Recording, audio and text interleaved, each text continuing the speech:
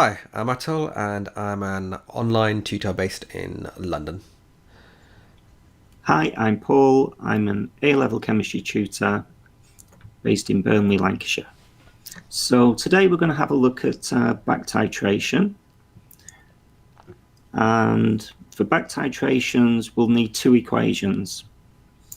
One, the first reaction where we react with an excess of acid or alkali with a known amount of excess acid or alkali. And then we'll use a second titration to calculate the excess amount of acid or alkali, in this case acid, and then we'll know how much acid or alkali reacted, and therefore in this case how much calcium carbonate we had to react with the original acid. But we'll see when we look at the equations. So our first equation is for calcium carbonate in limestone reacting with hydrochloric acid. So we have calcium carbonate and hydrochloric acid, and that will give us calcium chloride, carbon dioxide, and water. Acid and a carbonate gives salt, carbon dioxide, and water.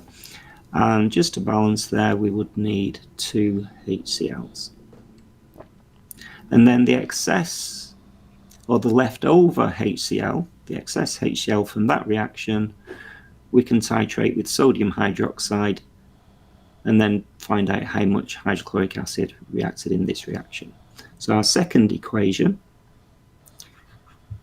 is sodium hydroxide reacting with our excess HCl, and that would give us sodium chloride and water. So acid and base gives salt and water, and that's all a one-to-one ratio there.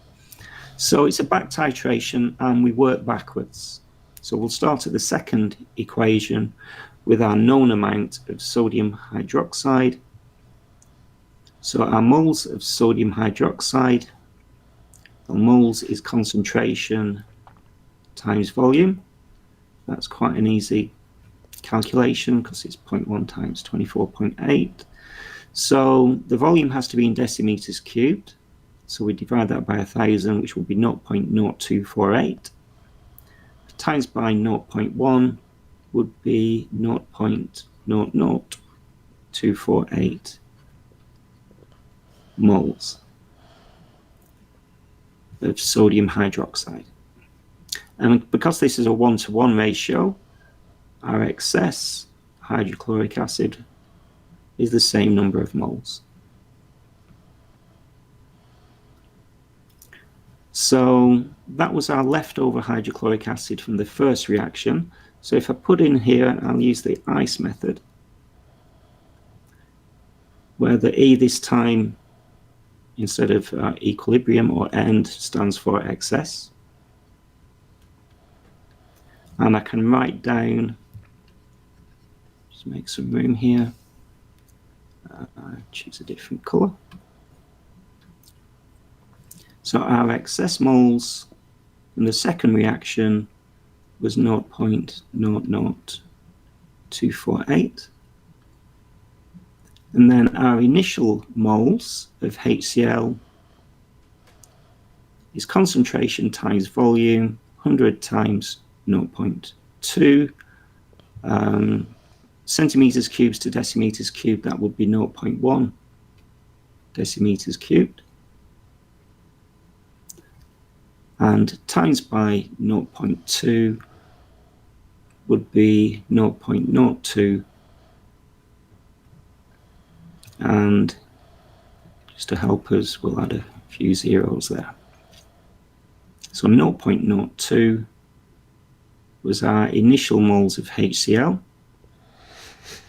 And then the change in moles would be our initial take away our excess. So 0.02 take away 0.00248. is 0.01752.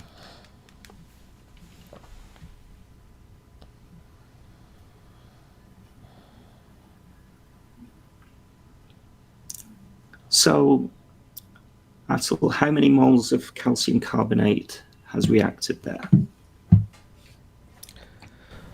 Well, we've got a 2-to-1 ratio with the acid and calcium carbonate. Yeah. So the moles of the acid is always double the moles of the calcium carbonate. So by that accord, we need to half the 0.01752, which I'm just doing on my calculator. And that is a very small number indeed. That is 0.00876.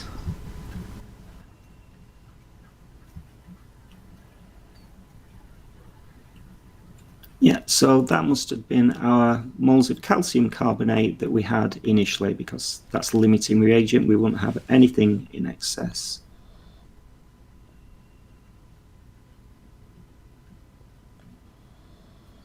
So now we've got the moles of calcium carbonate, we can work out its mass. So moles or mass is moles times mR. This is for our calcium carbonate. And our moles is the 0.00876. And the mR is calcium 40.1 plus 12 for carbon plus 48 for the oxygens comes out at 100.1.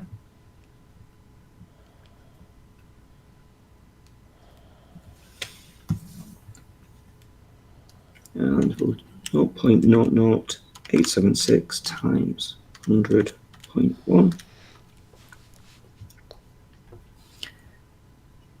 is 0.8769 to 4 significant figures. And then to work out, that's a reasonable answer, because if we look, we started off with 1 gram of limestone, and at least that's less than the 1 gram of limestone we started off with. You know, if we got more than 1 gram, then we'd have to check our calculation. So that's quite an easy percentage calculation, because we started off with 1 gram, so it's this mass over 1 times 100, which would equal to 3 significant figures, because that's what we're given in the question, 87.7% of calcium carbonate in the limestone.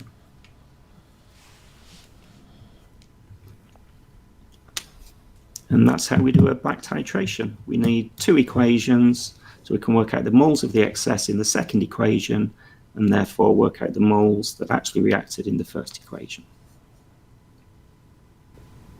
Pretty smart. Starting with the second equation and then moving on to the first. Well, working out the excess amount and moving to the first. Yeah. Just using the, making sure, I suppose, also just to be in decimeter cube in the calculations rather than centimeter cube. And following the normal rules for molar calculations. Fairly. Normal equations for molar calculations, because that's all titrations are, really, molar calculations. And there's no need for students to get worked up about titration calculations. It's just the normal molar calculations that they've been doing for solutions. Yeah. And the conversion between the solution and moles is just given by that concentration equation anyway, so once get fluency with that. Sounds great. Fantastic. Look forward to more next time. That's fine. Great. Bye for now. Okay, bye, Atul.